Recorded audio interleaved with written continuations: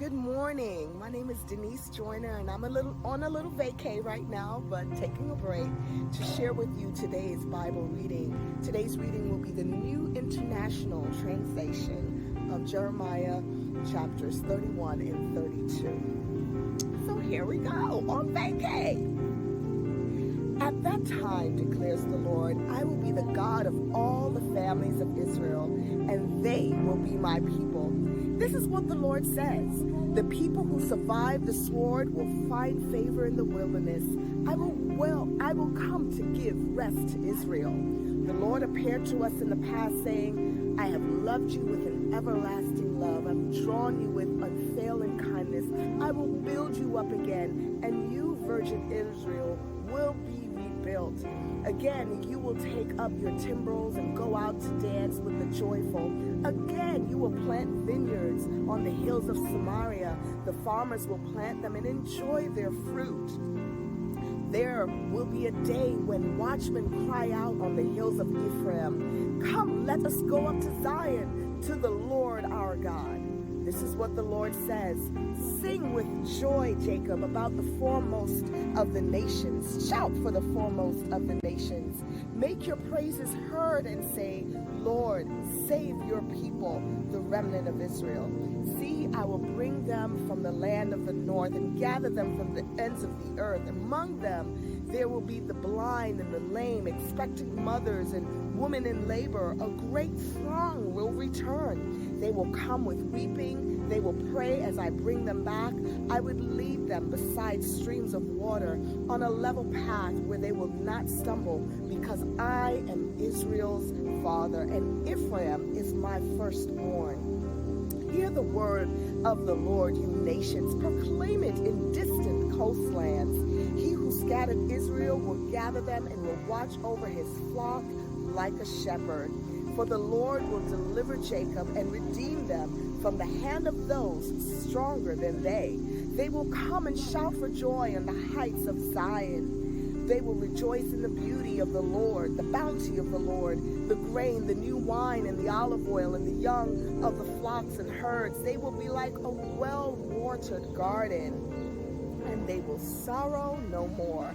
Then young women will dance and be glad, young men and old as well. I will turn their mourning into gladness. I will give them comfort and joy instead of sorrow.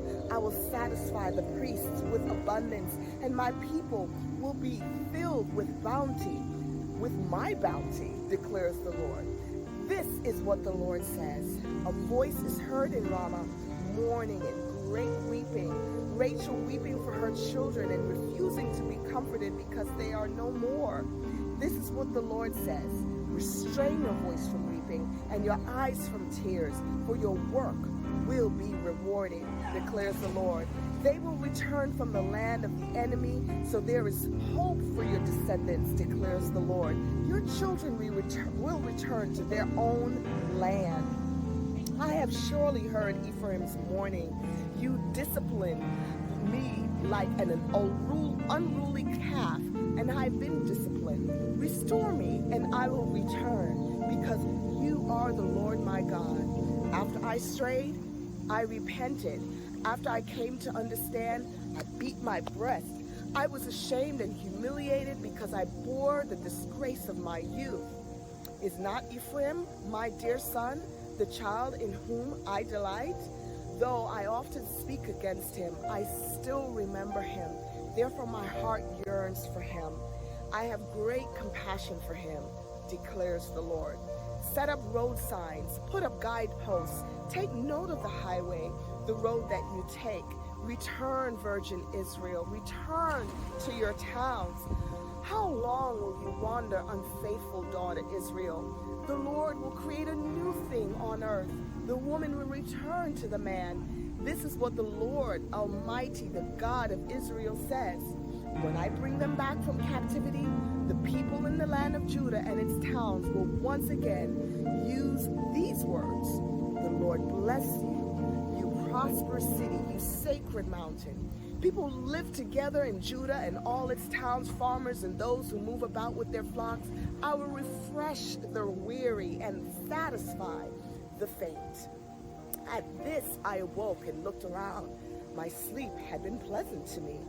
The days are coming, declares the Lord, when I will plant the kingdoms of Israel and Judah with the offspring of people and of animals. Just as I watched over them to uproot and tear down and to overthrow, destroy and bring disaster, so I will watch over them to build and to plant, declares the Lord. In those days will no longer say the parents have eaten sour grapes and the children's teeth are set on edge. Instead, everyone will die for their own sin. Whoever eats sour grapes, their own teeth will be set on edge. The days are coming, declares the Lord, when I will make a new covenant with the people of Israel and with the people of Judah. It will not be like the covenant I made with their ancestors when I took them on by hand to lead them out of Egypt, because they broke my covenant, though I was a husband to them, declares the Lord.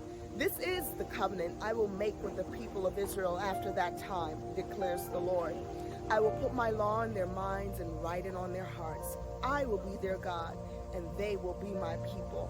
No longer will they teach their neighbor or say to one another, know the Lord, because they will all know me, from the least of them to the greatest, declares the Lord. For I will forgive their wickedness and remember their sins no more. This is what the Lord says. He who appoints the sun to shine by day, who declares the moon and stars to shine by night, who stirs up the sea so that its waves roar, the Lord Almighty is his name. Only if these decrees vanish from my sight, declares the Lord, will Israel ever cease being a nation before me. This is what the Lord says. Only if the heavens above can be measured and the foundations of the earth below be searched out, will I reject the descendants of Israel because of all they have done, declares the Lord. The days are coming, declares the Lord, when this city will be rebuilt for me from the tower of Hanel to the corner gate. The measuring line will stretch from there straight to the hill of Gareb and then turn to Goah. The whole valley where dead bodies and ashes are thrown, and all the terraces out to the Kidron Valley on the east as far as the corner of the horse gate will be holy to the Lord. The city will never again be uprooted or demolished. This is the word that came to Jeremiah from the Lord in the 10th year of Zedekiah, king of Judah, which was the 18th year of Nebuchadnezzar. The army of the king of Babylon was then besieging Jerusalem, and Jeremiah the prophet was confined in the courtyard of the guard in the royal palace of Judah. Now Zedekiah, king of Judah, had imprisoned them there, saying, "Why do you prophesy as you do? You say, this is what the Lord says. I'm about to give the city into the hands of the king of Babylon, and he will capture it. Zedekiah, king of Judah, will not escape the Babylonians, but will certainly be given into the hands of the king of Babylon, and will speak with him face to face and see him with his own eyes. He will take Zedekiah to Babylon, where he will remain until I deal with him, declares the Lord. If you fight against the Babylonians, you will not succeed." Jeremiah said, "The word of the Lord came to me. Hanamel, son of Shallum, your uncle, is going to come to you and say, but by my field at Anathoth, because as nearest relative it is your right and duty to buy it." Then, just as the Lord had said, my cousin Hanamel came to me in the courtyard in the guard and said, "Buy my field at Anathoth in the territory of Benjamin. Since it is your right to redeem it and possess it, buy it for yourself." I knew that this was the word of the Lord, so I bought the field at Anathoth from my cousin Hanamel and weighed out for him 17 shekels of silver. I signed and sealed the deed, had it witnessed, and weighed out the silver of the scales. On the scales, I took the deed of the purchase, the sealed copy containing the terms and conditions, as well as the unsealed copy, and I gave this deed to Baruch, son of Neriah, the son of Maaseiah, the son of Mahaziah, in the presence of my cousin Hanamel, and of the witnesses who signed the deed, and of all the Jews sitting in the courtyard of the guard. Verse 13. In their presence I gave Baruch these instructions. This is what the Lord Almighty, the God of Israel, said. Take these documents, both the sealed and unsealed copies of the deed of purchase, and put them in a clay jar, so they will last a long time. For this is what the Lord Almighty, the God of Israel, says. Houses and fields and vineyards will again be bought in this land. After I had given the deed of purchase to Baruch, son of Neriah, I prayed to the Lord. Sovereign Lord, you have made the heavens and the earth by your great power and outstretched arm. Nothing is too hard for you. You show love to thousands who bring the punishment for the parents' sins into the laps of their children after them.